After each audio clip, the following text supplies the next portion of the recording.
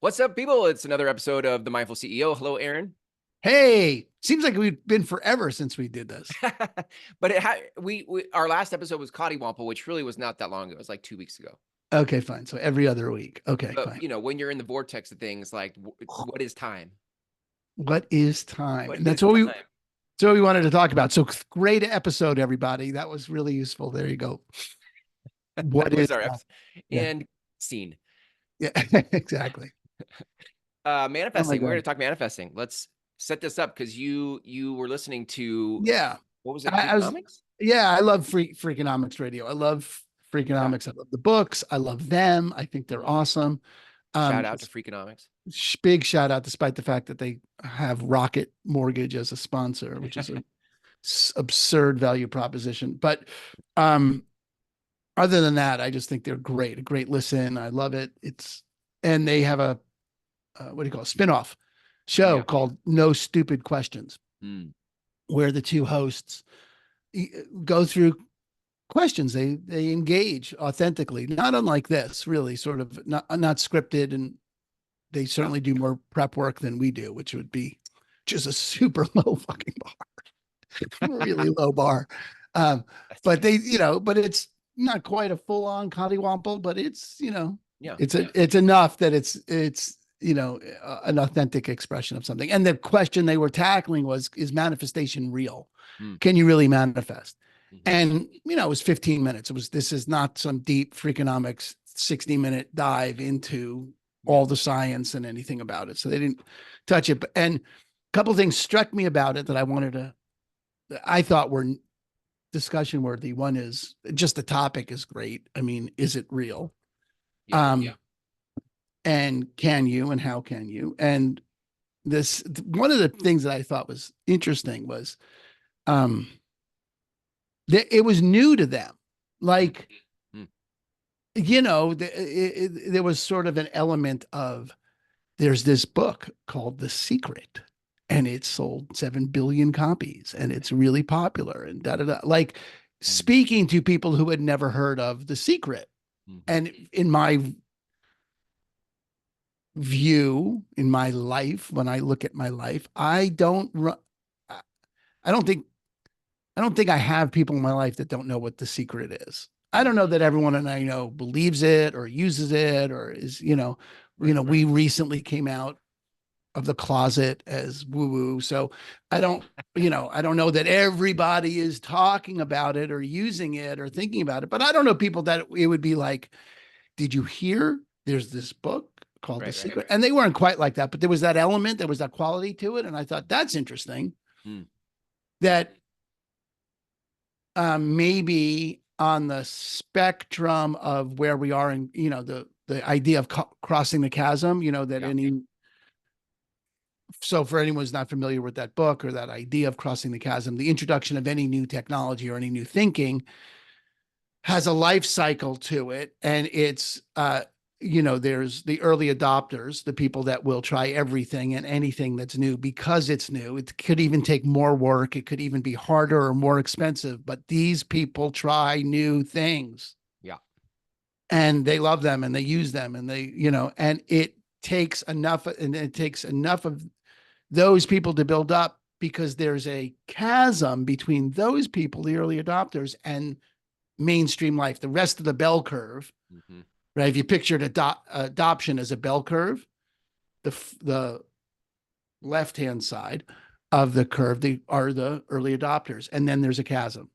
Yeah. And it takes a couple of people in mainstream to look over and look to see what the early adopters are doing until you build up. So you need those people, and I forgot what those people are called, those first early majority. Yeah. Like those people need to be enrolled, and and there's a chasm there. So any new technology faces that a challenge of getting across that chasm. Reminds me of that interesting, it's now interesting, or it's interesting in this context, video. You ever see there's a guy dancing at a music festival? Yeah. You've seen that video? Yeah, it looks like the Gorge, but yeah. Yeah, it's somewhere, right? He's on a hill and he's dancing, and he's just wildly, drunkenly, or going for it. Maybe not drunk, maybe just stoned, or maybe just dancing. Who knows? Right. I don't want to impose how I would be on him. Okay. Yeah, But he's going for it. dancing, and when he's dancing alone, and it's cool. It's just, look at this weird guy. And then a second person comes over and starts dancing with him, and nothing really changes. It's just two people now dancing. But as soon as the third person goes over and joins him, in rapid succession, it winds up being everyone around him is this huge scene of dancing. And it's the third person that makes the difference. Wow. But you don't get to a third person without a second. But it was a really interesting sort of visualization, or a way of seeing the chasm, crossing the chasm work. Right. One person doesn't do it. Two people don't do it, but enough people on that side, and some people leap over. All of a sudden, the thing gets a groundswell. Ooh. Oh, extra credit. Way to use is. groundswell in a sentence. That's beautiful. That's right. Thanks for tuning in, everybody. That's it. And scene. And it got me thinking about, we came out of the closet on being woo-woo last year sometime, but it's not like that was the first time we've ever engaged in being woo-woo. We just have been embarrassed about it, or, embarrassed about it. Let's just keep it that. But I sort of feel like manifestation is in late stage. Right. It's already moved through the bell curve. It's already moved through the bell curve. I mean, like, who doesn't deal with manifestation? But that Freakonomics is speaking about it like, is this real? It struck me like maybe my experience of the bell curve is off, that maybe I'm such an early adopter that I've been engaged with it so long that I'm misjudged where everyone else is. Yeah. Right. I think that there's multiple thoughts. One is there's bell curve inside the bell curve. Ooh. There's a early and late majority of early adopters. Ooh, the double bell curve. Early adopters, laggard early adopters, Double bell curve. Nice. Right. Yeah. I mean, because when I really think about it, I think there's a lot of population in places at third world countries don't have the internet. I don't know what, I just think my world that I live in, my bubble, is the way it all is everywhere. Right. And for that matter, I'm so clear that who I'm looking for are those who already see what I see. I mean, I'm looking for those who already believe manifestation is a thing and practice it. And, I don't need to convince anybody that. So of course, my world has been built around those with a similar perspective. But right, people like us do things like this, and just even from just an actual law of attraction perspective. Right. If you were going to totally double reference it, it would be that naturally we would be surrounded by people who do that. We're not particularly interested in. Yeah. I haven't really engaged in, creating opportunities for people who don't know what manifestation is to find out what manifestation is. That although that, when they said that manifestation had 8 billion hits on the hashtag, for Instagram. I'm a boomer, so I don't know what that means. You're Gen X, bro. You're not a boomer. I am actually the last year of boomer. What? No way. Oh, that explains so much to me. Get the fuck off my lawn, bitch.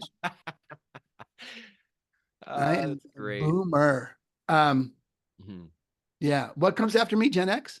Yeah, I'm like towards the end of Gen X. Jenny is Gen Y, I believe. Yeah. Anyway. Okay. You're all millennials. Okay. Just to be clear, everyone after me is a millennial. I don't have anything else to say about it. Yeah, that's great. Yeah, we're talking about. I want to acknowledge your dexterity with technology and AI, though. Yeah, thank you. You are. Thank you.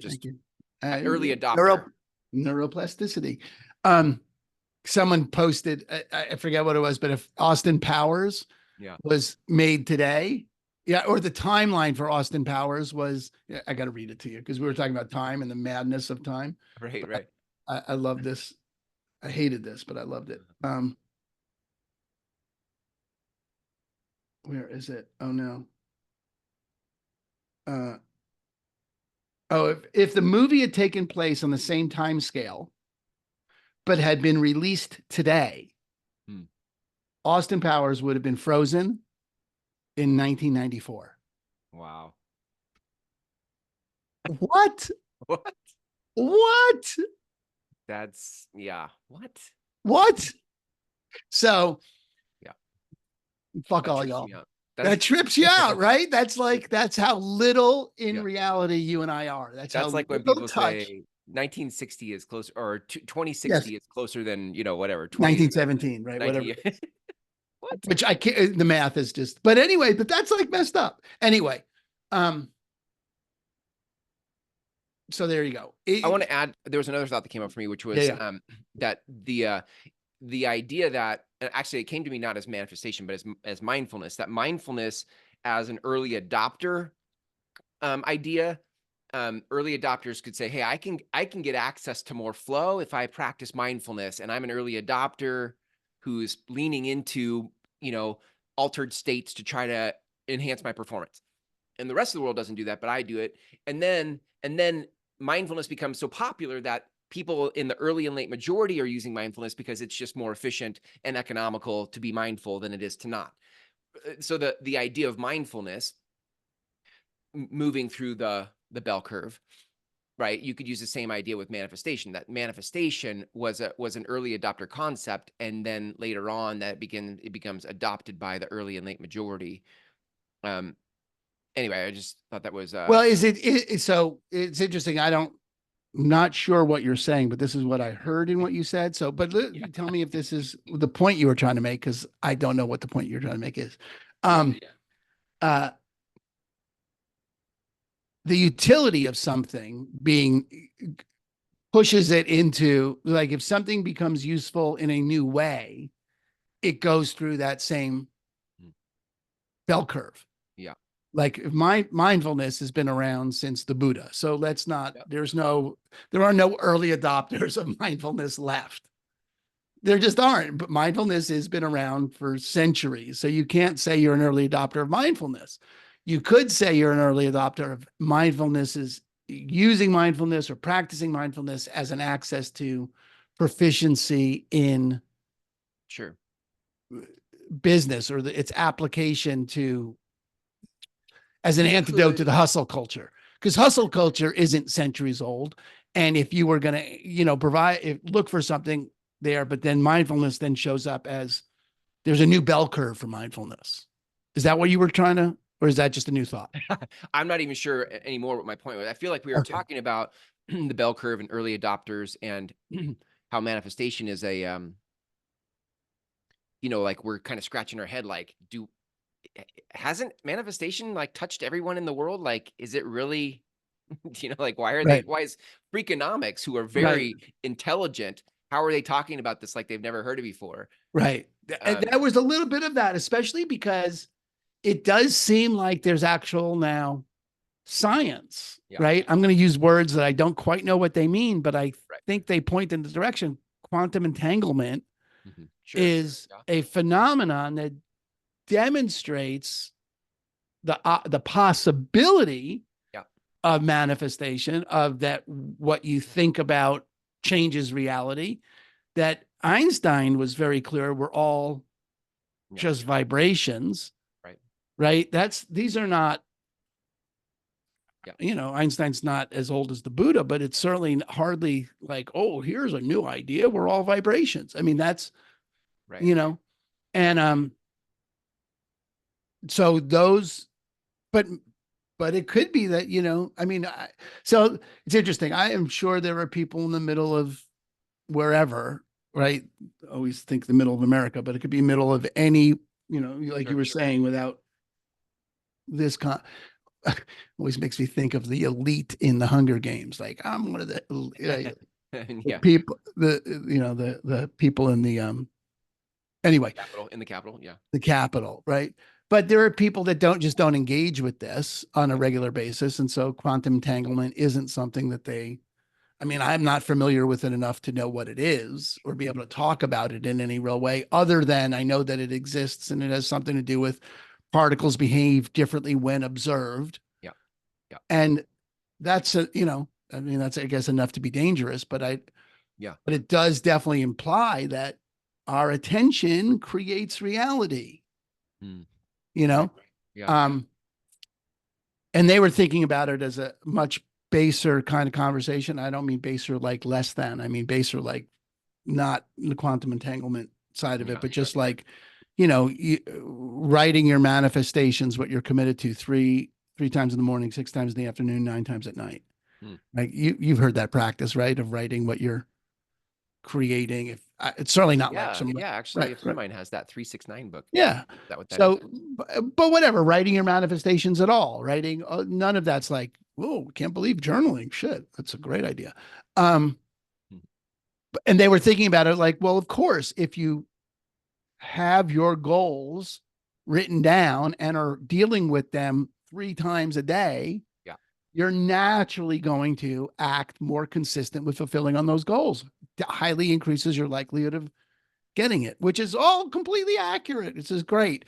It doesn't speak to the quantum entanglement woo-woo side of manifestation, but it does speak to, that focus, the power of focused activity makes a difference, which is not a small part of manifestation. I mean, if you just thought about stuff and didn't act, it's hard. No one is sitting here saying you can just sit, meditate, and money shows up when you wake up. I mean, that's not, it's the action that ignites the whole thing. What stood out to you about, like, if you thought about our audience, people who are tuning in because they like mindfulness, they would, I would assume, know and understand the concept of manifestation. So what's the point for them in the whatever you got out of well, Freakonomics? one is just to reflect on where you assume you are in the life cycle of your own and of the people around you.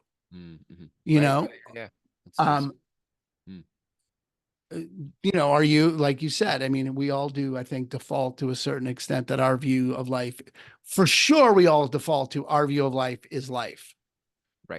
Right. I mean, there's not one human being that doesn't look out and see things and think what they're seeing is an accurate reflection of reality. And despite the complete and utter sham that is, right? I mean, there's your view of life is not life. It is 100% your view. Right. And you, I mean, it intuitively, your view of life is not the same as my view of life. So how could what you see be reality?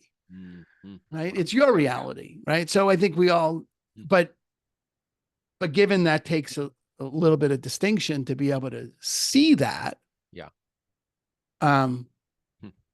I think we think that everyone thinks of mindfulness the same way. And it could be that, and it is that there's an entire scale, and there are people for whom mindfulness or manifestation or law of attraction or, it doesn't show up on their radar as something to, work with. And so, to assume that that's been played out. That was what I got out of it. To assume that's been played out is, could it be untapped? I mean, is this an indication that it's untapped? I don't think so. I mean, 8 billion people with the hashtag manifesting shows that it's not untapped. Well, and I think it's interesting too, because if I take the conversation and ground it into the CEO side of this, this conversation, we think about like I was having this conversation the other day about hiring and how we hire, who we look for. We often put our job descriptions together and our hiring process, looking for skill sets and experience, and not looking for belief structures, lenses, paradigms. And I think, if you as a CEO of your life, your business, whatever, really believe in manifestation, you have read The Secret a million times. Like there is an operating system that you have to your life and your business. And then who you look for as an operational person or a VA or somebody is somebody who doesn't share that. Then you could be putting oil and water together in the sense of like, what's running your show is not what's running their show. and now you might be getting performative efficiencies from them, but you have a misalignment of energy, you know? So when they're like, why we need to get this done, let's go. And you're like, hey man, we're just going to flow. Let's just like lean into the good vibe and get in the river and point our boat downstream and, and it'll manifest. And your team is like, what? Anyway. Yeah. I mean, for sure, if you're not clear about what's important about who you're looking for. Yeah. Right. That's the case. So this show brought all that up. Yeah. For me. I was like, that's super interesting that I don't have, and it was such a short episode. And I really was also left a little, I'm going to call them because I do think it's especially because quantum entanglement exists. And I'd like to know more about it. And I think Freakonomics would have something fascinating to say about it because they could do that work. And that's sort of what they get paid for. I mean, they get paid with my attention to do that. And then, I love that. To figure that there is a connection there. I mean, Jamie gave me this great book. I don't know if you remember Jamie Amadon, but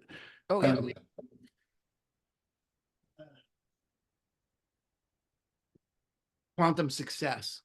Oh, nice. Which I'm reading. And, it's quantum success. It really is, the law of manifestation is the first chapter. And then there's, it's the law of, let's see, it is about this whole world of quantum entanglement. So there's the law of manifestation, the law of magnetism, the law of pure desire, the law of paradoxical intent, law of harmony, law of right action, law of expanding influence. And I don't know, it's cool. The other thing that I'm just getting into it, but it's, that does come from that world of quantum physics. The other thing I thought was interesting in there is they did no work to investigate Joe Dispenza. Yeah. Who's, a neuroscientist. This is not like he's not, it's not some guy on a park bench. Right. He's got actual data about what the brain does in terms of creating its reality. And, and I think all of that. And so I think you asked me like how that ties into mindfulness. And, I think one of the ways it ties in is that takes a relatively strong, mindful approach to stand in seeing life the way it is. Right. I mean, that is what we're doing when we're sitting, is we're just experiencing life in the moment. And just anyone watching, listening, that's practiced sitting knows you got to practice sitting. Yeah. You can't, your mind will not shut off without practice. Your mind will not just shut the F up and observe without practice. It just won't. And especially now that we're have so many easily accessible distractions where the brain is not interested in stopping. System 2 is not interested in giving over to system 1. And and then the opportunity it is to create gratitude. That's the other thing he didn't talk about, or they didn't talk about in the show, was gratitude at all, and the access that gratitude is to manifestation. I mean, it was a very cursory kind of conversation, but that's, in the book I'm writing, I told you about this, right? The gratitude book is, I think I got it down to this idea of sort of looking at it from the title, right? Like trying to get a clickbaity worthy title, right? Like we say clickbaity and it sounds derisive, and I guess you are being derisive or contemptuous when you say clickbaity. But, the best example of that I ever heard was there's a big difference between outsourcing your business to make more free time as a title, Mm-hmm. and the 4-Hour Work Week. Mm-hmm. Right. Those are just different books, Right. and they're the same fucking book. Yeah. But if we is the 4-Hour Work Week clickbaity? I mean, it's definitely more click worthy. I mean, I bought the 4-Hour Work Week, and I don't think I would buy How to Outsource Your Life and Have More Free Time. I don't. Right. Right. So that's a whole other episode on what constitutes clickbait, because I right. have thoughts about that. But yeah, no, I'm glad it was called the 4-Hour Work Week, because I read it and loved it, and I thought, Exactly. wow, glad I picked it no up. problem. So I was thinking about it. There's a conversation in gratitude, or in my view, of what necessary for gratitude, of choice. Yeah. And without choice, you don't really get any kind of say about gratitude. Without choice and the world of choice, we're now going in a whole separate. Well, this is the access to manifesting. Really, gratitude as an access to manifesting is right here. So, yeah. But without choice, you get to be grateful whenever good shit happens. Right. Yeah. Yeah. But you don't get to be grateful when bad things happen, which means you have no power. You're a leaf in the wind. You just have to hope for or try to get good things to happen. And that's, antithetical to manifesting, right? The opportunity of manifesting is, and why Joe Dispenza say, and Esther Hicks, and they talk about gratitude is the ultimate point of attraction, because your vibration of being grateful for the way it is in the moment is going to, if you can actually get the feeling of gratitude rolling, you have the opportunity to manifest more of that. Yeah, I love that. That feeling of being grateful. And without choice, you don't get it. And, the opposite of choice is being a victim of something. You're either responsible or you're the victim. I mean, there's no other two ways to deal with it. You're either at the effect or you're at cause. And cause is a function of choice. And so anyway, the working title in my head is Stop Whining, Be Grateful, Kick Ass. And, nice. And that's where, because the stop whining part is the choice part, because I can hear it now all over the places. People relationship to things is, to complain. Yeah. That feels like our next podcast episode. It does, right? We could definitely. Stop whining. What was it? Stop whining, be grateful. Be grateful, kick ass. Kick ass. I love how each of those holds something too. Yes, exactly. Right. I mean, I was looking at it. It's not a Venn diagram, as much to my dismay. Oh, dang it. I know, but it is a step. Oh, good. All right. Well, it's a ladder. It's 1, 2, 3. That's second best. Yeah. Right. You've got to stop whining. And then you have the opportunity to be grateful, which you must do. And then you get the opportunity to kick ass. And it's more like a cycle, frankly. It's, now that you've kicked ass, right, you've got to keep not whining, right? Because there'll be new things to whine about. No, that's great. I love that.